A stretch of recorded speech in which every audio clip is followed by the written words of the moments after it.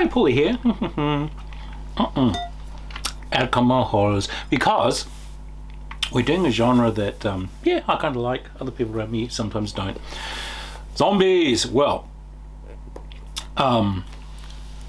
there's a game. It's called All Flesh Must Be Eaten. It's pushed as the zombie apocalypse role-playing game. It's actually cleverer than that. It is what I would call survival horror role-playing game. It does zombies as its basis. However, what it's for is for that setting where society or your expectations completely collapse and something utterly unnatural happens.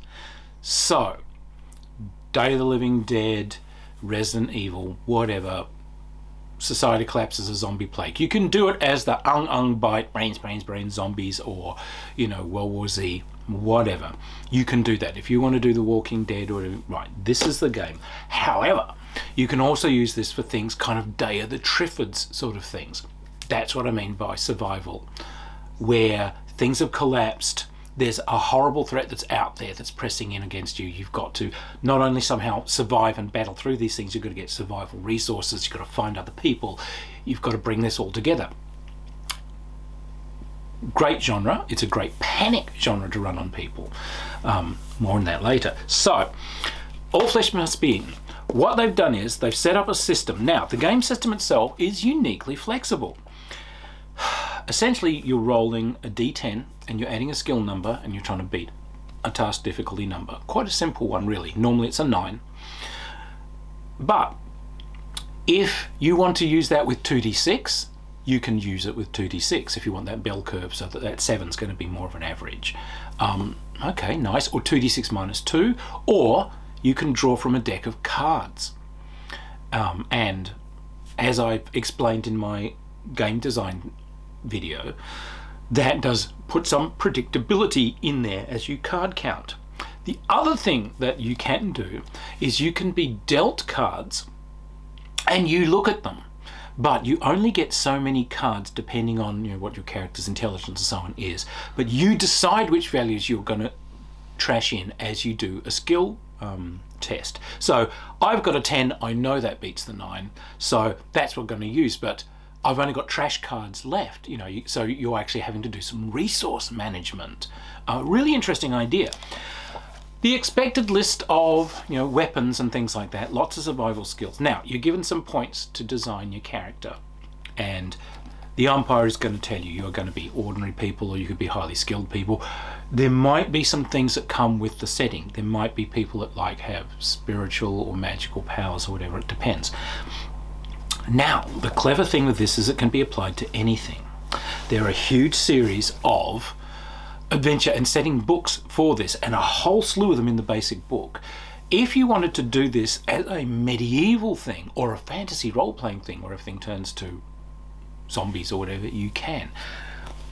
But we've got, say, a book like this one, All Tomorrow's Zombies. This is a series of science fiction kind of scenarios involving zombies. So if you're playing something in a kind of an Aliens style setting, but the thing is suddenly the dead are rising or whatever, that is great. There are setting books that show you how to set these things up for things like a Day of the Triffids sort of thing. There are other supplements like, you know, One of the Living. This is a player's survival guide, and it's got a lot more stuff on like how to set up communities and what sort of resources that you need and how all that survivor community thing works. This is a game that has a couple of hidden sides to it, which I really like. It can be anything is the main thing. It's a shock. People can make their characters. What are you? I'm a soldier. I'm a you know, I'm a preacher. I'm a kid that hangs out at the mall. I'm a rapper star. Whatever. Because the scenario is going to be a shock to them. However it works out, the umpire's going to hit them with something that's going to be its own world, because they've put in rules for designing the problem that everyone's facing. There's a little trap to this. First off, players can kind of bitch on and want more points to design their characters, which they can, but this gives the umpire more points to design the threat that they face. So if you're ordinary people, you get kind of an interesting universe, da-da-dee. However, if everyone decides that they want to be super soldiers, that's great. But now we're talking more Resident Evil. Now the umpire can design something where these things can mutate into hyper soldiers and have all these powers and do all these things. It matches what you wanted to do by having more powerful characters. They're telling you they want to play a more hyper-powered scenario. So I really like that. But there's this whole design thing, initially for zombies, which says how they work, and you've got a points value that you spend to design the threat. Are they vulnerable? Yeah, headshots kill these things. Fantastic. How do they spread the love? How do you get more zombies? Do they bite you and you get a virus and that gives you the thing?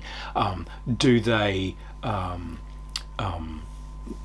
do bad things happen? So they've got some interesting ideas here. So the basic rules have some settings. So there might be something, for instance, where it's the rapture and all the good people have gone and the dead have risen, because, you know, the dead do arise. It's just they're a bit hungrier than you thought. But here's the thing, from this moment on, you're all zeroed out. Your sins are forgiven from this point, but if you do anything sinful, bad, wicked, rotten, the zombies will home in on you specifically. So if there's limited resources and if you do that, I could never understand The Walking Dead. I mean, I'm Australian. We cooperate with each other without question. So I could never understand why The Walking Dead's premise was that you're all shooting each other. When everyone's gone, man. Those supplies out there are going to last you forever. I could plow up the local park and live off it forever. But if you do that, yeah, I'm going to shoot these guys and take their stuff. I'm going to push that woman aside and take that shotgun that she's got. I'm going to leave my friend, you know, as while we're escaping, and I'm going to leave him behind. You're now a sinner and the zombies home in on you. You know, these are like sample things they've got. They've got some other great sample worlds where the plant world arises, where the insect world arises, where the mechanical world arises. And it's got some lovely philosophical discussions about what the genre means. In essence, and it's some really good essay material they've done in there, these are the moments where your world is taken away from you and your expectations are turned on their head. But the adversary in these things, its essential sort of story value is that they are an abhorrence of nature. The dead are not supposed to run around and walk and do these things. Your dead grandfather does not want to eat your brains. These are horrifying because they are a complete flipping of things over. The triffids is horrifying because plants aren't supposed to prey on animals in that way. So it's a disjointed thing. It gives it a slightly disjointed feel. Machines are something that we use as a tool, not something that rises against us. Terminator, a perfect setting for this. So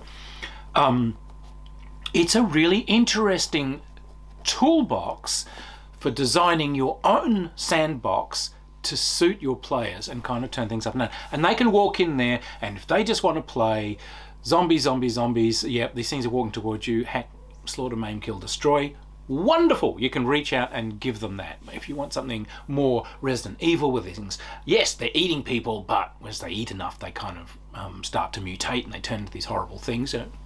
Also kind of neat. We've made our nice safe thing, we've taken over this prison. Nah, these things are just climbing straight over the whole thing, and they've got giant mutated ones that are just doing horrible stuff, and no, that was never safe. So a really nice setting.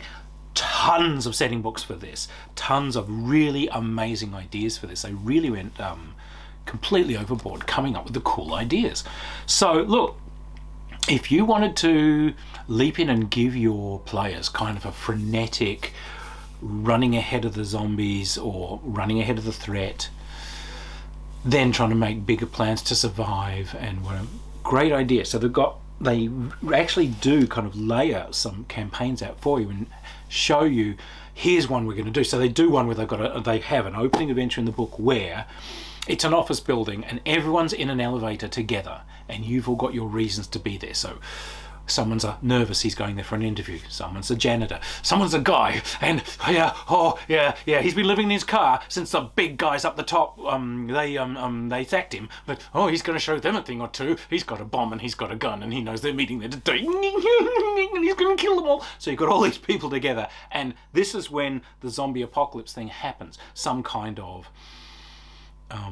agent is released into the air, but their lift has been stuck and stalled, so they're outside of the whole thing. So you got stuck in a lift, you get out of the lift and you find everyone's wandering around stone dead on you.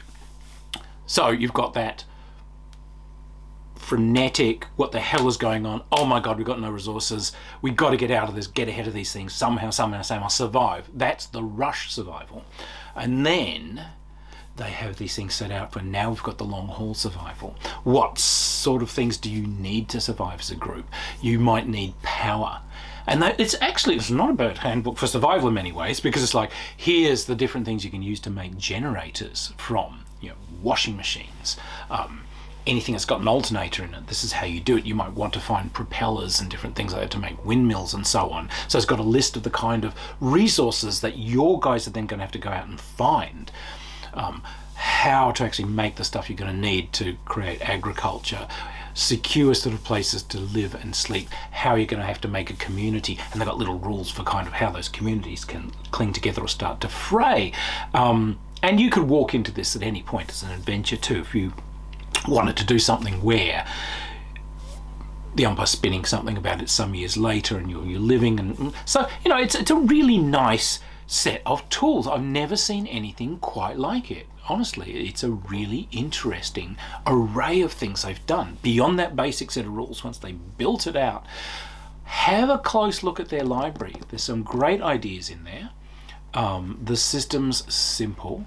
They've got some absolutely appalling bits of, what would you call it, color text at the start of different chapters, where they've got like survivors' diaries or monologues and so on, where someone's like hiding in an area, and it's actually like where the surgical waste bins and so on in a hospital have been, so they're like trying to lie quiet, but there's severed limbs and so on in plastic bags that were never incinerated, kind of trying to get to them, and horrifying stuff. And all the different takes. This could be a religious thing, where the zombies are like hurled back by religious symbols or something, so that those who just go in there yeehaw with guns are fine. No, this is a completely different thing. You're gonna have to explore each scenario, take it on its own, and figure out what works, and what doesn't get you killed. Fantastic idea. All flesh must be eaten. A great piece of work. Eden Studios. You can find it on drive-through. It is a really fantastic library of ideas. Go have a look.